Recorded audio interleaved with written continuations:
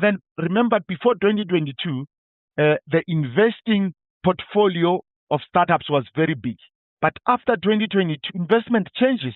The landscape changes automatically. So that is when we need to advise startups of being a ready journey after the credit has been out of helping health. Because if I'm helping you in a format of believing that in a certain particular time, you'll be ready to stand on yourself and be able to generate revenue. And then you find that most startups, they have great ideas, but they are not ready to take off. That is why they find themselves in moving in different directions. You'll find yourself 3 years you are in AWS. After 3 years, you apply credit in Microsoft and then things like that. Because they haven't mastered being a ready journey after exhausting all the credits and the funding they've received to be able to function correctly. And then that is where Silicon Overdrive it comes in.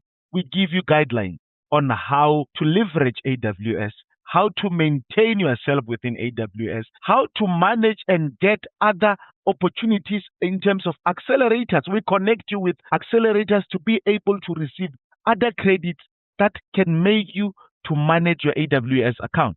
But the tricky part is startups, they get credit, they get stuck on how to manage themselves within the credit.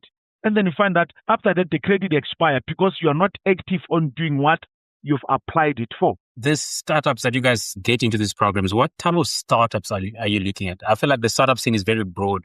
There's fintech, there's deep tech, agro. What are the specific startups that you guys take in within this program? Okay. I would like to say that we are very sector agnostic, We're very, very universal in terms of, who we take in. So be it fintech, be it agrotech, be it health tech, be it any tech, be it whatever tech, it's allowed. So for us, teletech, whatever you can bring on table.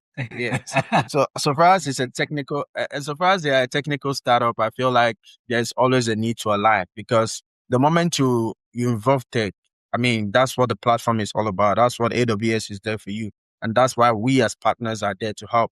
Because we're IT managed service providers, and then we are premier partners of AWS. So once it's a tech company, it's a tech startup, then there's definitely a need for us either to integrate them to cloud or help them. Say, for instance, they're doing deep tech, maybe leveraging things like Gen AI, more or less. Our expertise comes into place, not just to help them onboard in AWS, but basically to help them align their services with the AI services that are within AWS. We're looking at things like SageMaker, Bedrock, and all whatnot. But then